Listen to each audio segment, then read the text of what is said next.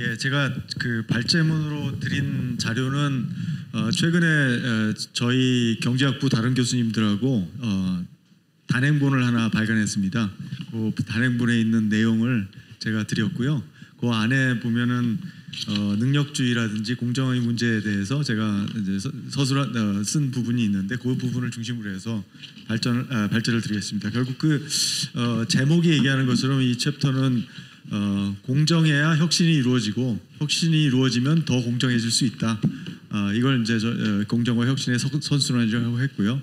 이게 우리 사회가 앞으로 선진국으로서 지속 발전하는 데 필요한 하나의 동력이 아닐까 하는 생각에서 제목. 저는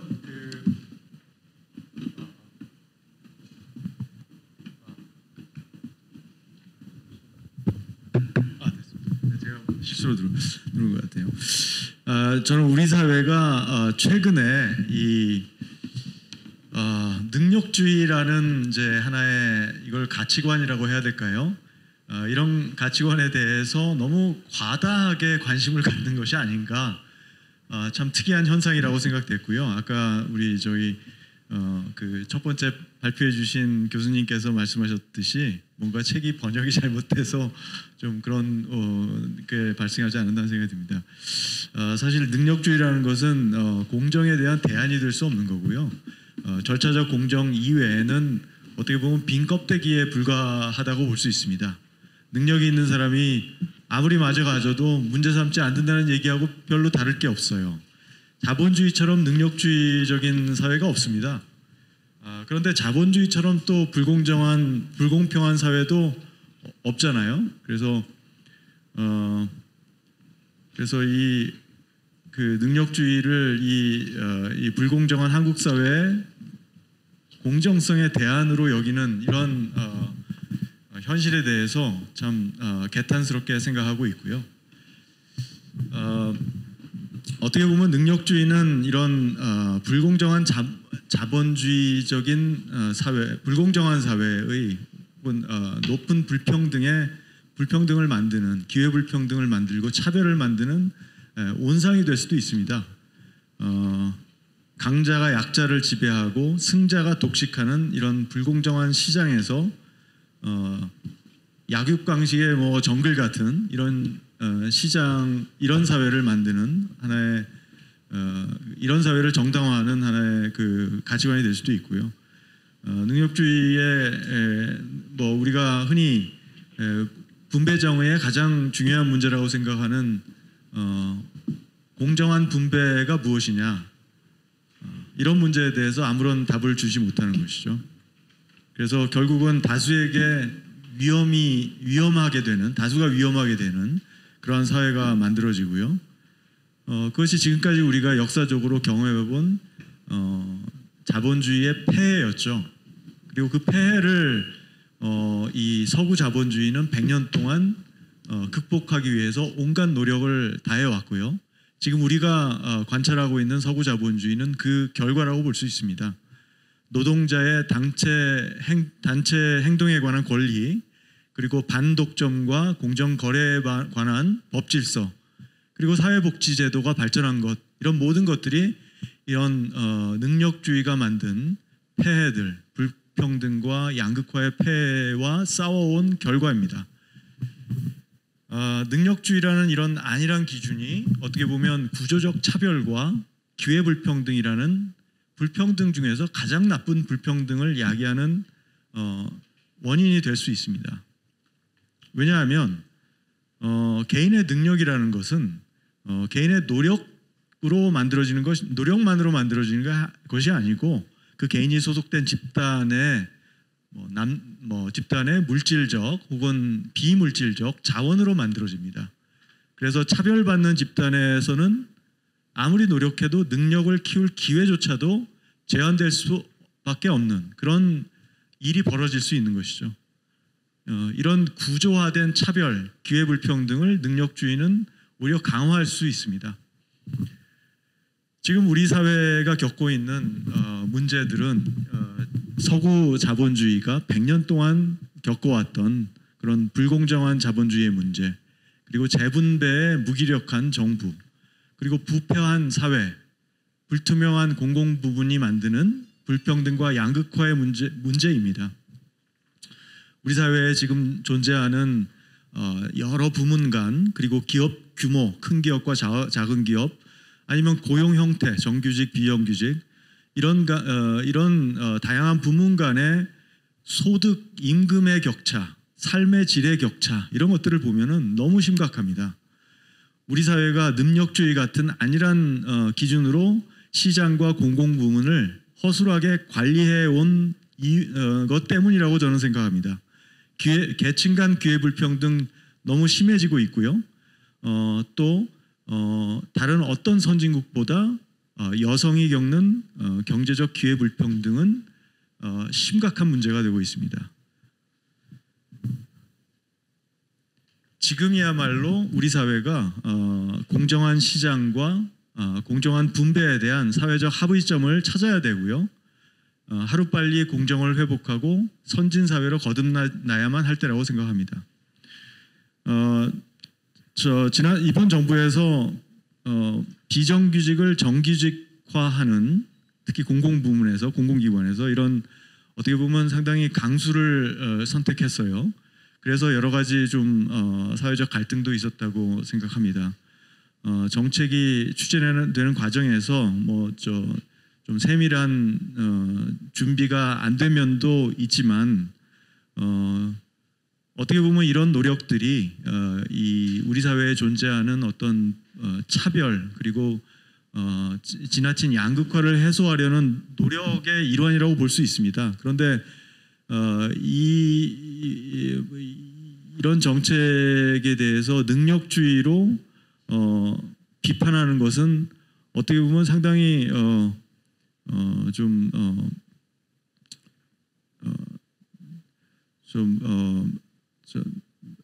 이해할 수 없는 그런, 제가 개인적으로 그렇게 느꼈었고요.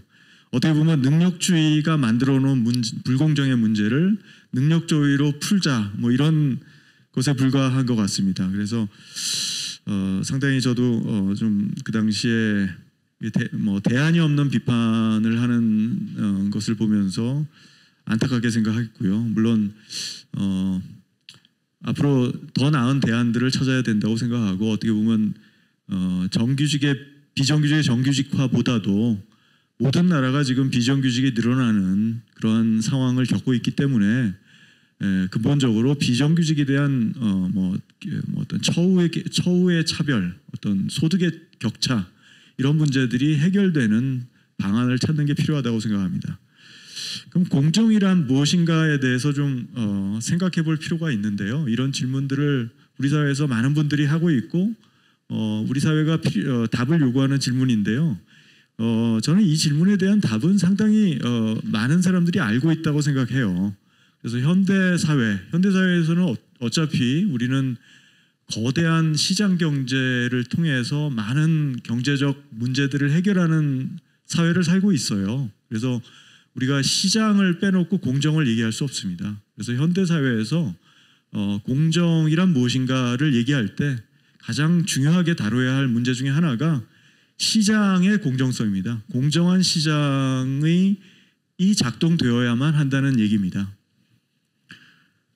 그리고 두 번째 이건 모든 사람이 알고 있는 거잖아요. 그리고 두 번째 공정의 문제는요, 시장이 공정에 대한 답을 줄 수는 없습니다. 시장을 아무리 잘 관리하고 잘 작동시켜도 그죠? 시장이라는 그래도 공정한 분배를 얻을 수는 없다고 생각합니다. 그러니까 불가피하게 시장은 불평등을 야기할 수밖에 없고요. 그래서 시장이 만들어낸 불평등에 대해서 어떻게 하면 이 분배적 정의를 개선할 수 있느냐. 그래서 시장이 만들어놓은 분배를 어떻게 하면 공정한 분배로 재분배해야 하느냐, 이런 문제를 우리가 고민해야만 한다고 생각합니다. 그래서 두 번째 공정의 문제는 공정한 분배의 문제라고 생각합니다. 흔히 분배적 정의의 문제라고 생각해도 될 것 같습니다. 그래서 시장이 어떻게 하면 공정한 것이냐, 저는 여기에 대한 해답은 아주 간단한 해답이 있다고 생각합니다. 시장이 공정하려면 경제 주체들의 힘의 균형이 있으면 됩니다. 경제 주체들의 힘의 균형이라는 것은 힘이라는 것은 경제적인 자원이 배분되는 데 있어서 내가 어떤 영향력을 발휘할 수 있느냐, 내가 얼마만큼의 임금을 획득하고 내가 일과 여가의 균형을 선택할 수 있고 휴가를 마음대로 선택할 수 있고 내가 안전한 노동을 할 권리를 획득할 수 있고 이런 것들이 경제적 자원 배분이에요. 그리고 이런 배분에 내가 얼마만큼의 영향력이 있느냐, 이게 힘입니다. 그리고 이 힘이 균형을 찾는 것이 공정한 시장이 되는 것입니다. 그래서 불공정한 시장의 대표적인 것은 독점 시장이잖아요. 독점 시장은 힘의 불균형이 있는 것이죠. 독점 기업이 소비자들이 얻어가야 할 사회적 잉여를 뺏어가는 것이죠. 그래서 독점 시장이 나쁘다는 것입니다. 우리나라에 많이 벌어지는 큰 기업과 작은 기업 간의 힘의 불균형, 작은 기업이 획득해야 할 성과를 큰 기업이 뺏어가는 것이죠. 이런 시장에서는 작은 기업이 클 수 없습니다. 작은 기업이 혁신적이 될 수 없어요. 힘의 균형이 필요한 거죠. 지금 플랫폼 노동자들의 처우의 문제, 비정규직, 그리고 파견직 근로자들의 위험한 작업장의 문제, 이런 문제들은 힘의 불균형 때문에 발생하는 것입니다. 그래서 공정한 시장을 만든다는 것은 이런 힘의 균형을 찾아가는 것이죠. 그리고 공정한 분배는 세 가지, 우리 현대 민주주의 사회에서 공정한 배분에 대한 세 가지 큰 질문이 있습니다. 이거 여러분 모두 알고 있는 거예요. 첫 번째 문제는 뭘까요? 기회평등이에요. 출발선상의 평등이에요. 모두 알고 있는 거예요. 내가 여성이건 남성이건, 내가 흑인이건 백인이건, 내가 가난한 집안 출신이건 부자 집안 출신이건, 내가 똑같은 출발점상에서 경쟁할 수 있는 권리를 보장받아야 된다. 기회평등의 원칙입니다. 두 번째는 성과 배분이 공정해야 된다는 것입니다. 내가 노력한 만큼, 내가 성과를 낳은 만큼 내 몫을 가져가야 된다는 얘기입니다. 시장이 어느 정도 그 문제를 해결해 주는 것이죠. 아까 제가 시장의 능력주의라는 것은 시장은 개인이 낸 어떤 생산성만큼 가져가는 거예요. 그런데 그 생산성을 측정하는 기준이 가격이 되는 것이죠. 근데 가격을 기준으로 할 때 우리가 어떤 도덕적인 판단과 가격이 불일치할 경우들이 많이 있습니다. 그래서 국가가 개입해야 된다는 것이고요.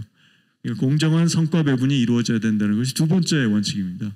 그래서 너무 금융회사의 CEO가 평사원의 20배, 30배 많은 봉급을 받아가는 것이 불공정하다고 우리 사회가 판단하기 때문에, 성과보다 너무 많이 가졌다고 판단하기 때문에 많은 세금을 걷어서 성과보다 낮은 그 보상을 받은 사람들에게 나눠주는 겁니다. 복지를 통해서.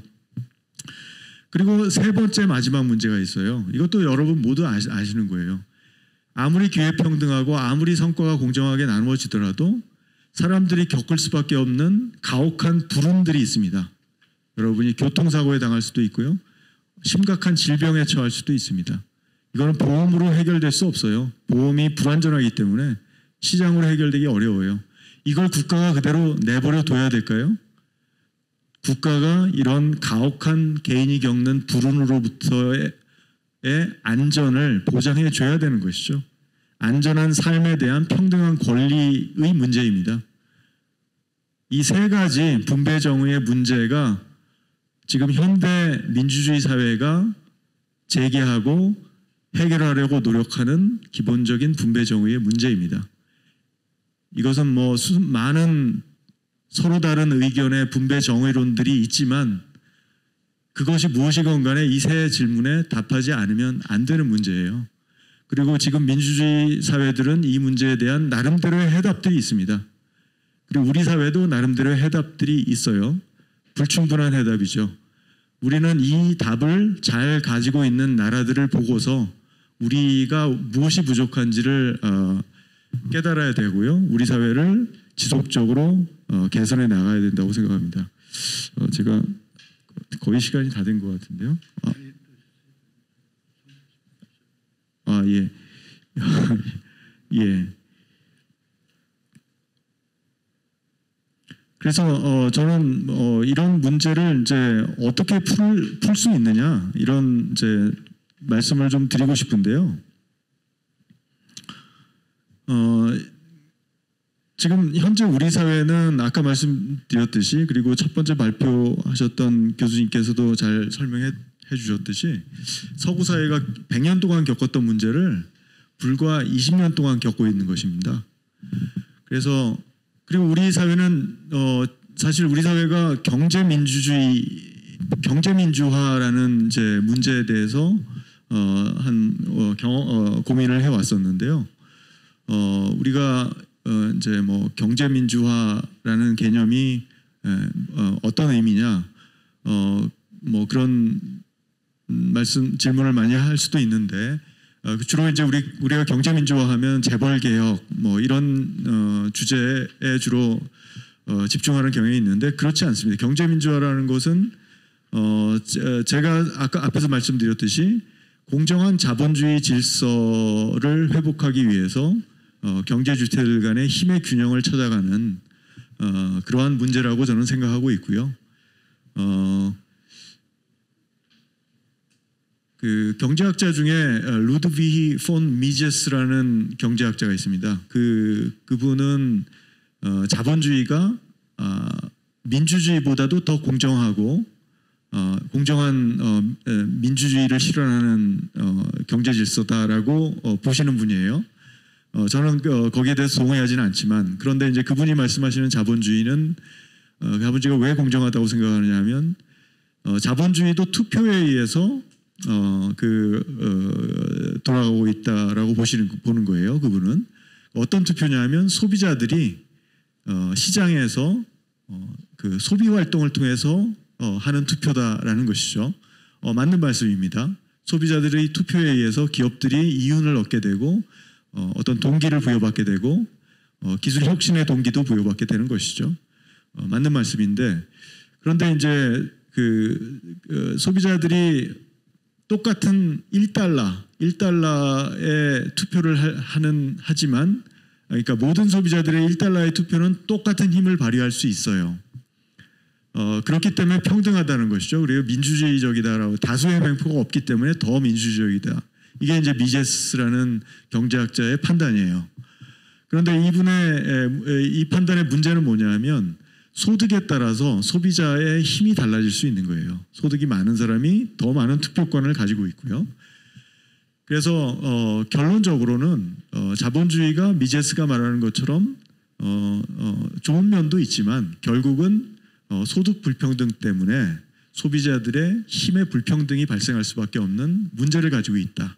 그리고 그것이 이 거대한 경제 제도를 잘못 끌고 갈 수 있는 돈 많은 사람들이 원하는 방향으로 기술을 발전시키고 대량 생산, 대량 소비가 이루어지고 이윤을 추구하면서 이런 문제 그리고 그래서 여러 가지 부작용들이 발생할 수 있는 그런 문제가 있다라는 문제가 있는 거 이제 그 문제를 깨달아야 된다는 것이죠. 그리고 그 문제를 이제 해결하려고 노력한 것이 그 후의 역사였던 것이고요. 그래서 소득 불평등의 해결은 제가 아까 말씀드렸던 소비자들의 힘의 불평등의 문제 그리고 그것이 가져오는 폐해를 막기 위해서 반드시 필요하다는 것입니다. 그래서 경제 민주화의 과제에는 소득 불평등 해소, 분배의 개선, 소득 격차 해소, 양극화 해소 이것이 반드시 들어가야 된다는 말씀을 드리고 싶고요. 그것이 실제로 서구 자본주의의 역사 속에서 이루어졌던 서구의 그 복지 자본주의의 발전을 통해서 이루어졌던 과정이라고 볼 수 있습니다. 그래서 우리 사회가 부족한 부분이 바로 그 부분이고요. 그 부분이 부족한 거예요. 지금 자본주의가 만들어내는 불평등은 크지만 정부가 그 불평등을 해소하는데 아주 무력하다는 것이죠. 우리의 복지제도, 사회 안전망에 빈 구멍이 너무 많아서 그리고 예산이 너무 적어서 그리고 사회 복지 시스템의 개혁과 선진화도 제대로 이루어지지 못해서 이 소득 재분배가 이루어지지 않는 그 문제를 해소해야 된다는 것이고요. 기회불평등 해소해야 되고요. 그러기 위해서는 아까 말씀하셨듯이 교육의 기회불평등 문제 문제를 반드시 해결해야 된다고 생각합니다. 왜냐하면 우리 사회가 앞으로 발전할 수 있는 길은 결국 우리처럼 국토가 작고 자원도 없는 나라는 사람의 어떤 인적 그 자원을 통해서 사람의 힘을 통해서 발전할 수밖에 없습니다. 지금 기술 혁신의 시대, 제4차 산업혁명의 시대를 맞이해서 더욱더 사람의 힘이 중요할 때인데 지금처럼 국가적인 자원을 소수의 부자들의 자녀들에게 집중적으로 투자하는 이런 시스템 가지고서는 가난한 집에 있는 빌 게이츠나 가난한 집에 있는 아인슈타인이나 스티브 잡스나 이런 사람들의 인적 능력을 역량을 개발할 수가 없는 거예요. 우리 사회가 그만큼 잠재력이 있는 많은 사람들의 투자할 기회를 놓치고 있는 겁니다. 그래서 교육의 기회불평등 문제 하루빨리 개선하지 않으면 앞으로 발전도 할 수 없다. 지금 서울대에 입학한 상당수의 학생들이 그리고 이건 뭐 다른 명문대도 마찬가지라고 봅니다. 법률가, 의사, 공공부문에 취업하기를 원합니다. 혁신가가 되기를 두려워하고요. 왜냐하면 패배하면 아주 극심한 양극화에 허덕이는 노동시장으로 갈 수밖에 없으니까요.